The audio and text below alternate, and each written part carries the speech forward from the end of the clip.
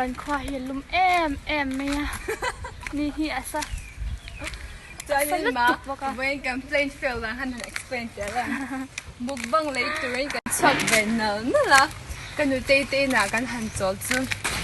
xoay tí khâu mình phật tờ rèn rồi cháu khá mình ấy tiết tất cả mấy xem cháu à khăn lâu khăn á cho nên tan khá lâu phía ta người lấy khát em mình tia cái mặt khá sống luôn luôn luôn tục cho nên cái người tây tây là khá nên cháu cái này khá nên cái suốt khá lâu lúc tôi nghe mình cái thằng tụi thú lúc chú mà xe em lâu lúc tôi cũng mà nấu bằng hậu khăn tầm ra bên trên con cái chú vàng chuan với nó một bằng guarantee để đón tận lâu anh chú hạt xe cần ai chọn thầu tám à mà các bạn nghe cần qua tụi các bạn sẽ ăn rồi. I do put my marks. Good.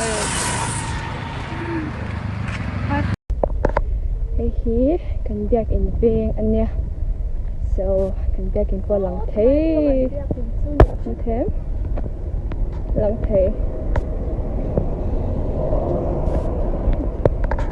Back in kalon na very late to ngày em tóc. Chắc là mất level rồi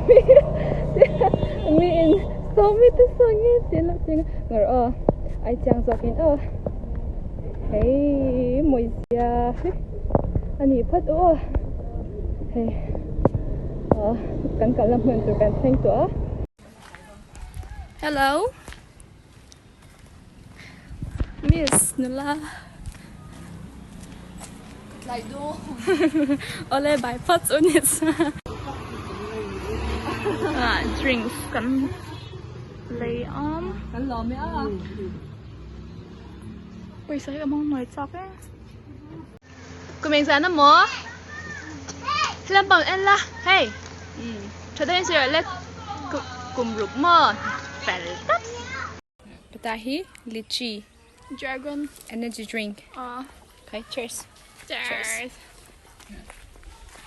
thì khai nghe tiếng này là ẩm xia còn cái là bia nghìn mà lớn lên lấy tổ la lớn lên lấy tổ la vậy tu birthday mo tu birthday nghe gì la mo năm mà birthday mo anh gì cả cô mình sáng nghe cô mình sáng nghe gì to năm mà birthday mi con plak rồi em mấy câu thì đồn nôm xia he nát tóc với cái sọt khát mình cho nên cần về ở haunted house cần cái gì mà cái chứ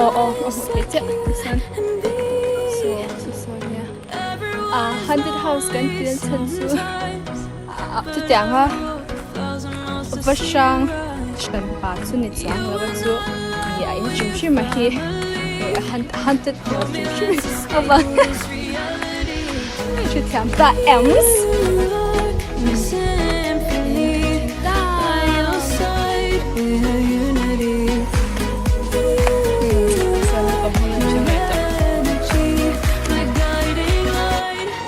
Hi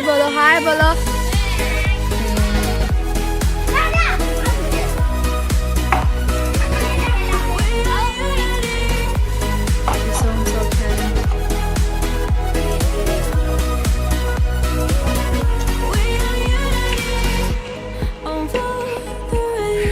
cần thanh tâm yeah